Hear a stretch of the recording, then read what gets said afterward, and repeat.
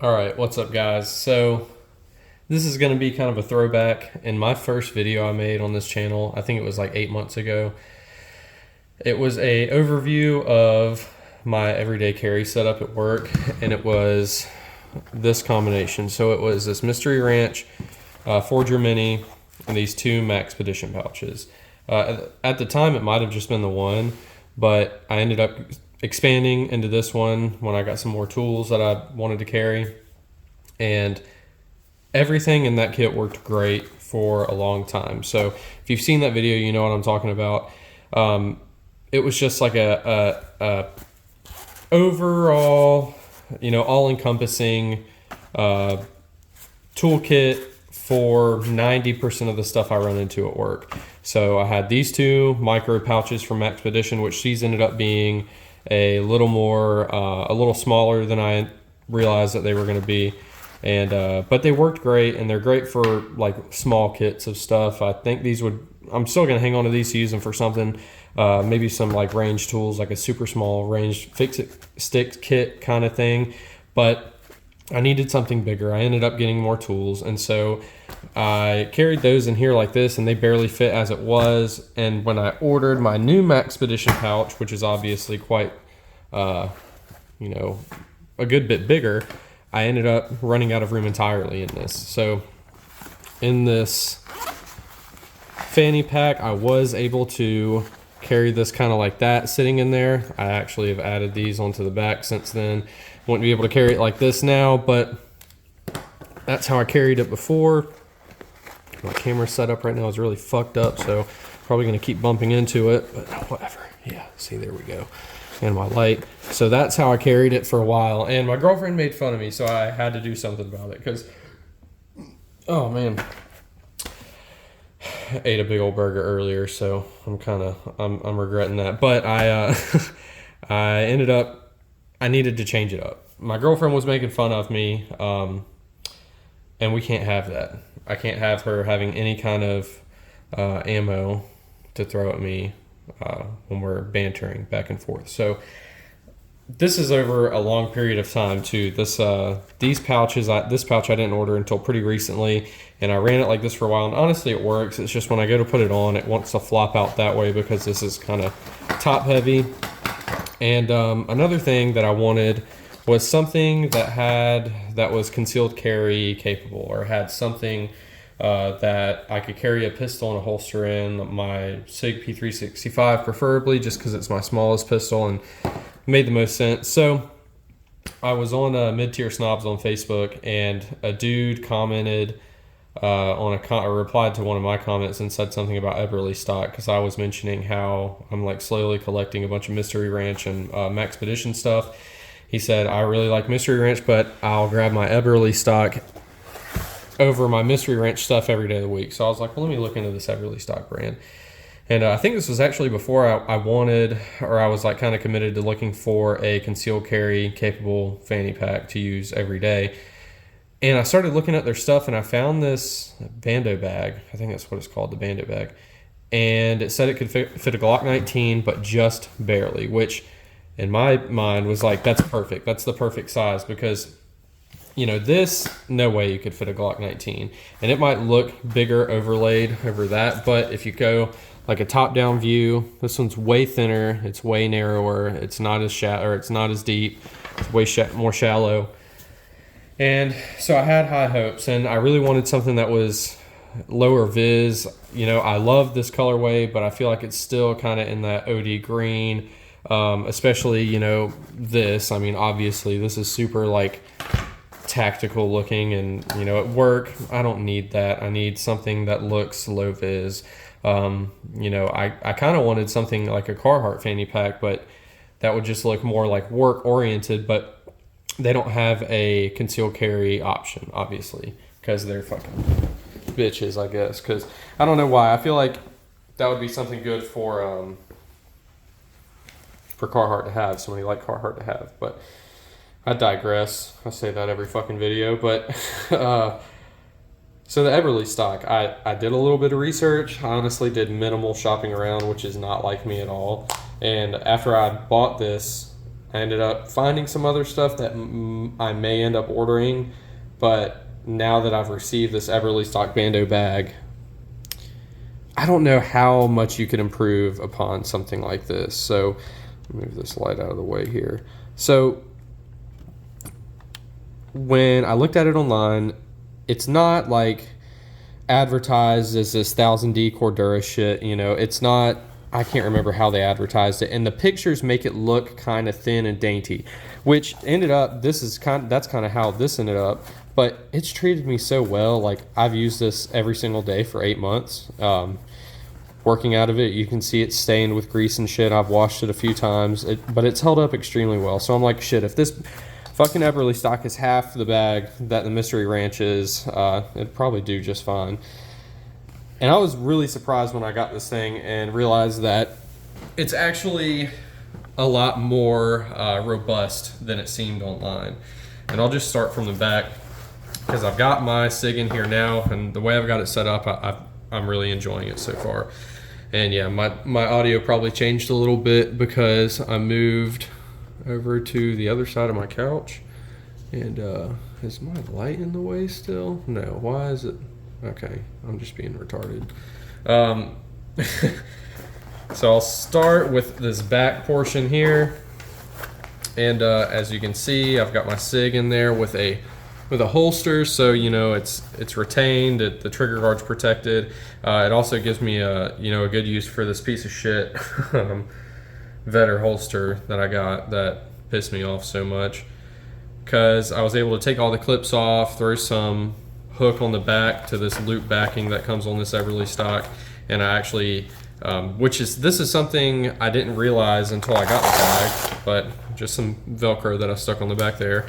But it does have a place to attach a piece of paracord. So if you wanted to run this just in a holster that doesn't have any hook and loop on it and have it just kind of float around in here, you can tie that to the inside of the bag. You can tether it down, and so when you draw, the holster stays in the bag. Which this wasn't. I watched a couple review videos of this Eberlestock. Nobody mentioned these that I saw, so I was really stoked to see those in there. Other than that, it comes with this, which, I mean, this is kind of like a sorry excuse for a retention device or a retention strap for a pistol. I just have it in here so I don't lose it.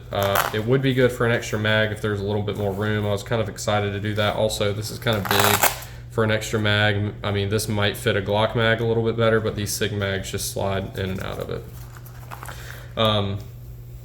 Working our way towards the front, and I guess this is kind of just a review of this Eberlestock and a little update on my work EDC, because I think this is really going to change the game. I think my Mystery Ranch did me really good for a while, but just ended up being a little too small, which I know I mentioned, but I just don't want to lose track in this video of, the objective. I really want to focus on how much this Eberlestock Bando bag shines, because it's designed extremely well. Going towards this main pouch, you have, which this is another thing I didn't see in anybody else's video, this piece of elastic strap here, which this is actually a great spot for a magazine.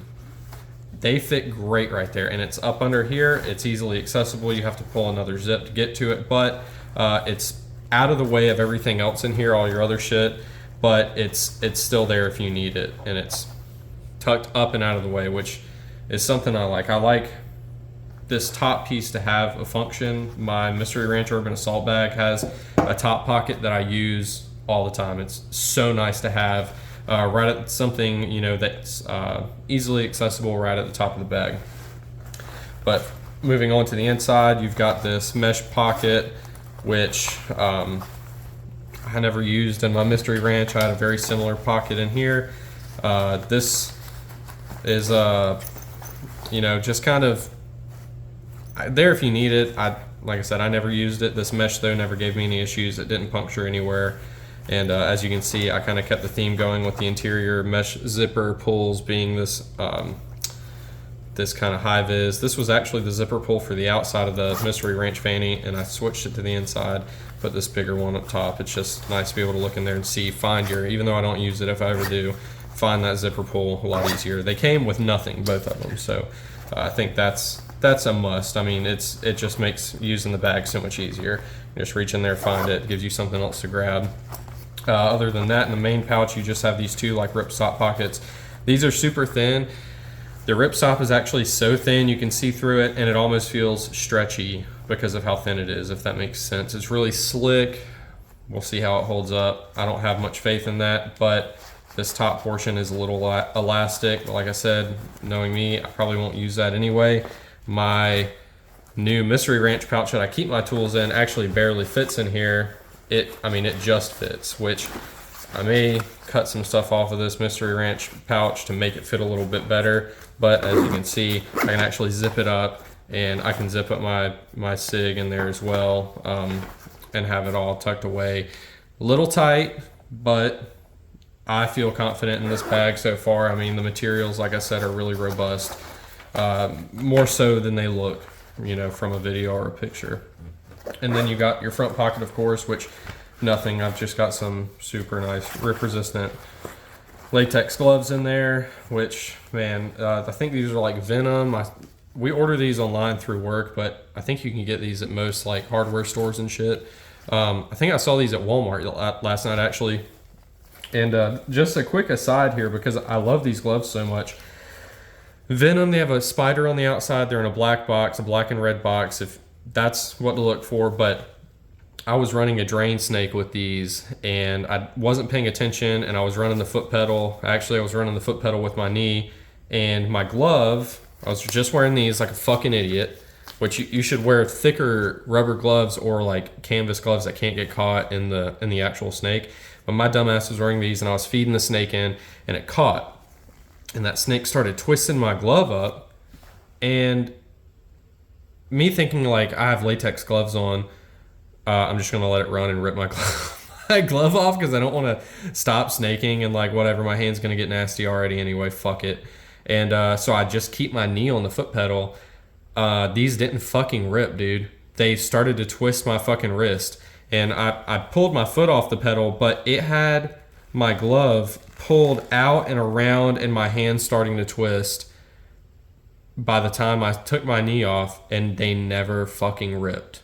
I was shocked. I sat there and picked this rubber out of that drain snake for like a minute and a half, and they never ripped. So I just put them back on, and I put some bigger gloves on over them and started running it that way.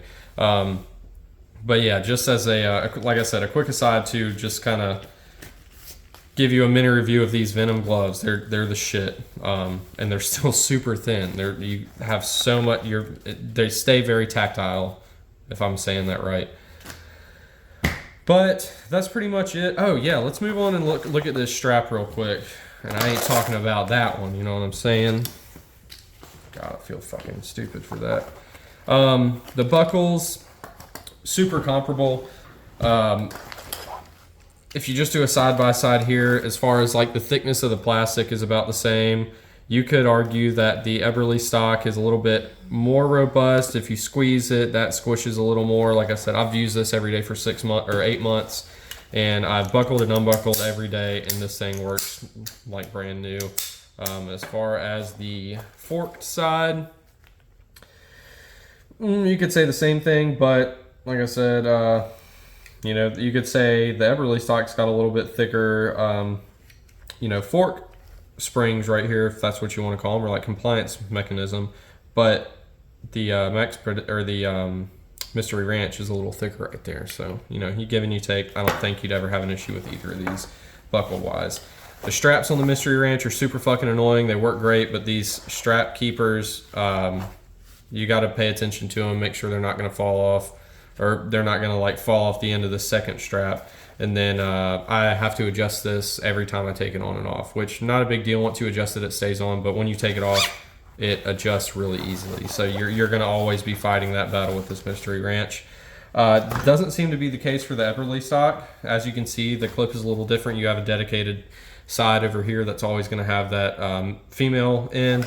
And then you've got this adjustment mechanism, which is very similar to the Mystery Ranch, but it doesn't have a loose end. So this actually stays, like, I can't just You see what I mean? I can't just pull that and adjust. You have to adjust that and adjust that. So as far as like, you can set this and set it and forget it kind of thing.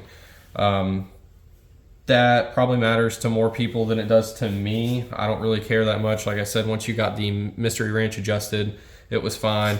This will make life a little easier though, I guess. And then let's see, I think it's give and take on the attachments. So the mystery wrench at the end came with this. It articulates really well, and this is covered. Don't know. I mean, that helps with like padding, I guess, but that's only because you have these big plastic clips. If you just had this sewn straight to this, you wouldn't need the padding, kind of like the Eberlestock. If you see what you know what I'm saying. You know, I never had an issue with these. I would actually clip carabiners to these sometimes, and I really liked that. So I'll probably miss that on this, but as far as like actual attachment method, the Eberlestock probably wins again. You have this big seam here that's double stitched. This strap actually ends about right here. So you've actually got this stitch and this stitch to about there. That is what's holding the strap on. Whereas, yeah, this is folded back and sewn well there, but you only have, you know, that much actually holding it on. Then you've got these plastic clips that, you know, are not as compliant as a nylon strap or something like this, where if you pack it in a bag, you can kind of bend this up, or if you get stepped on or run over, you don't have to worry about these snapping off like you will on this. Have I had the chance to abuse this bag like that? No. Will I ever? Probably not, but just something to think about. These are just little details that I've noticed living with this bag, and then buying my second like real fanny pack that I'm gonna use a lot. Just stuff that I wouldn't have thought about when I bought this bag. I'm still gonna use this a lot, and I'll probably get the full size version of this, the Forager.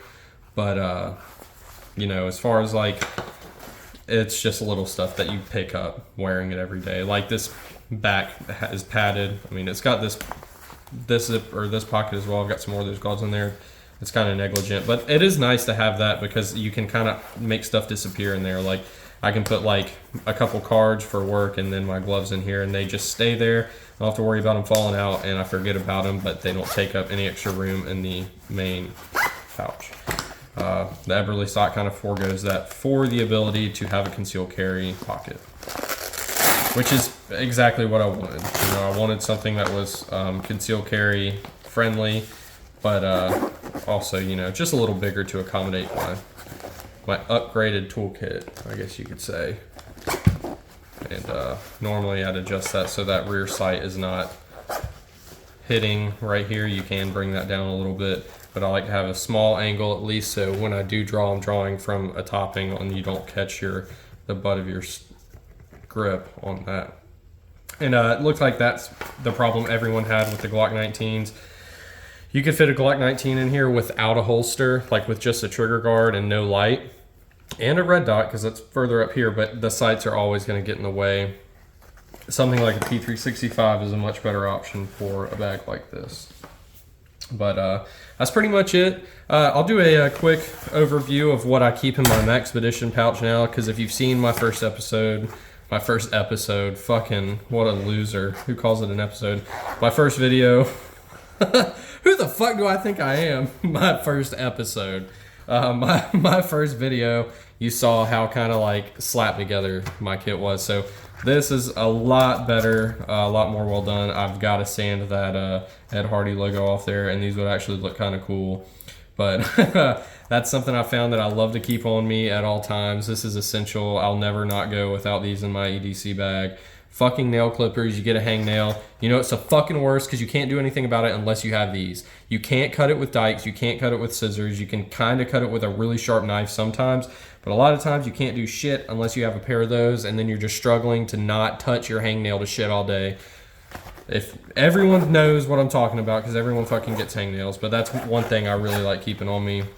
Other than that, we have some Wero tools that came in a toolkit. There's your bit holder, your bit drivers right there, and then in the main compartment I keep the bit set. This is the Tool Check Plus. It's got everything you could pretty much ever need as far as like regular maintenance stuff. I do maintenance on ACs and plumbing and shit, and it's not like you can't go and fucking fix a P-trap with this kit. But for small stuff, honestly, a Leatherman will get a lot of this. This covers like 90% of what I run into on a daily basis, and then a Leatherman will cover 85% of that. So this is just so that I can have this on me at all times and not have to go back, get my big ass tool bag, lug it around. Because I have a bigger tool bag that's probably 35 pounds worth of tools. I just, hate walking back and forth and picking that up and taking it to where I need to work and shit. It's nice to just have most of what I need on me where I can just get the job done when I run into an issue or when somebody tells me about something going on. But yeah, that's it. That you saw what was in there. I had some Sharpies. I had the Nipex pliers, which those are fucking awesome. I have a mini screwdriver. I've got some masonry bits. This is also kind of like a satellite to a drill. I can grab my drill and this, and I have most of what I need. I have extensions. I've got some drill bits in here. I've got all of my drivers here. I've got some sockets there. I've got black and silver Sharpie. I didn't think I was going to use that silver Sharpie as much as I do, but I actually run into stuff I need to mark with silver Sharpie a lot because it doesn't, black Sharpie doesn't do very good on dark surfaces. So, but yeah, that's pretty much it for the video, guys. Hopefully I didn't ramble on for too long. Hopefully all that was in frame. Fuck, 21 minutes. Yeah, I went a little long on this one, but that's okay. That's the Eberlestock. I'll do an update once I've used it for a few days or a couple weeks or a year. Who fucking knows? Used this for 8 months before I talked about it again, but that's it. If you're looking at buying one of these, so far, first impressions, I'd highly recommend it. That strap there is something that I hadn't seen mentioned in a video, and then these little straps here that you can put that cord on, cordage, whatever I call it, like a leash on. And yeah, so those are two little things that, like I said, hadn't seen mentioned before. So also just the thickness of this. It's super thick, super robust feeling. It's high quality. I think it's great. So thanks for watching, guys, and I'll see you in the next one.